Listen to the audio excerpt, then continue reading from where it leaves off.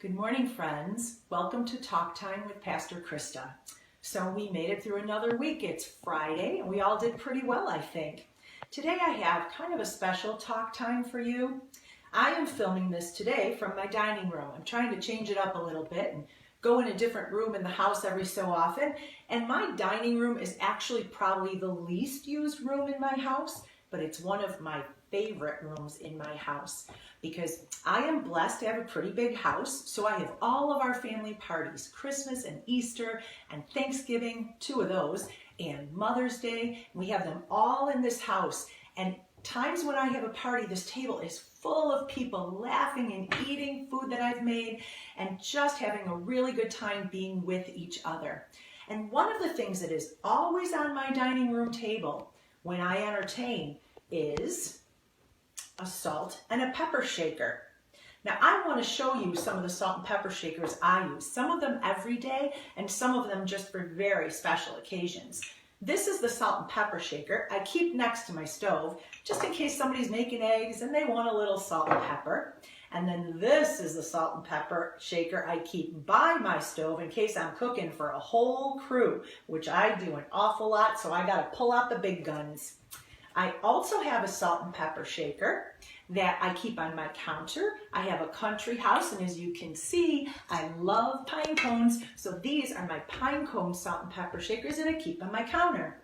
And then these are the fancy schmancy ones I have when somebody important comes over. So you know if you come to my house and these salt and pepper shakers are on my table, you are important.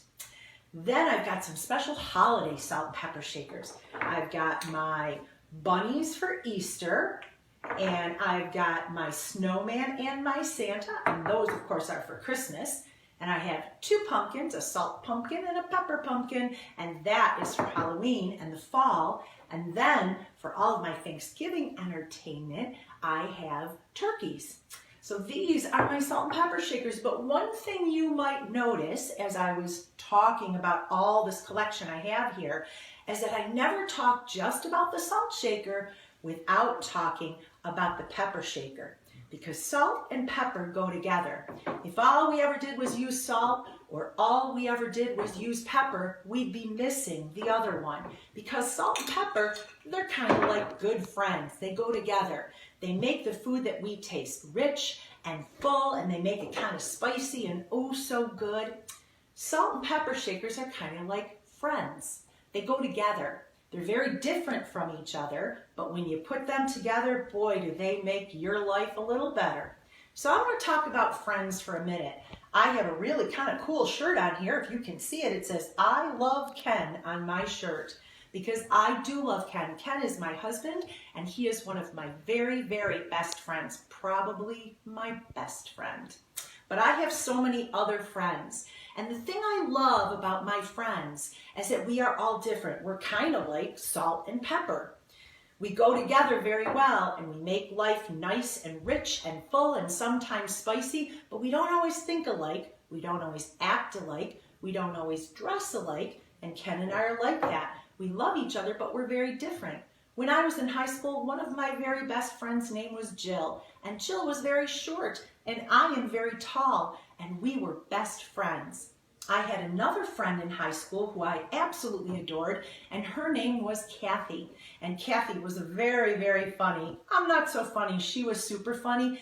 Kathy and I love differently, but I loved Kathy with all of my heart. Kathy passed away shortly before my daughter was born, and I loved Kathy so much. She was such a good friend that I wanted to honor our friendship, so I named my daughter Kathleen after Kathy. And another very good friend of mine is my brother. Oh no, you might ask, how can you love your brother and how can you say your brother is your friend? Well, my brother is one of my very best friends. My brother Carl and I don't always agree on everything. But when it comes down to it, we love each other so much, and one of my richest blessings in my life is the friend I have in my brother Carl. Salt and pepper, you will never find apart. You'll never find salt without pepper, because that's what friends do. Friends stick together, and sticking together with your friends is something that's so important. Well, we're stuck in our houses for a little while yet. I'm sure you're all missing your friends at school. I know I'm missing my friends at church, my older friends and my younger friends. And I'm writing letters to all of them right now, and I'm letting every one of them know that the day that we can get together again is going to be one happy day. We are going to be hugging each other and loving on each other like salt and pepper. I want to read you 2 Bible verses that talks about the importance of friendship, especially in this time. And I'm going to pull out my Bible. I'm going to read you 2 important Bible verses. And what's really neat about these Bible verses is the first one is from the book of Proverbs, and the second one is from the book of Ecclesiastes. And guess what? These books in the Bible are smack dab right next to each other, kind of like friends.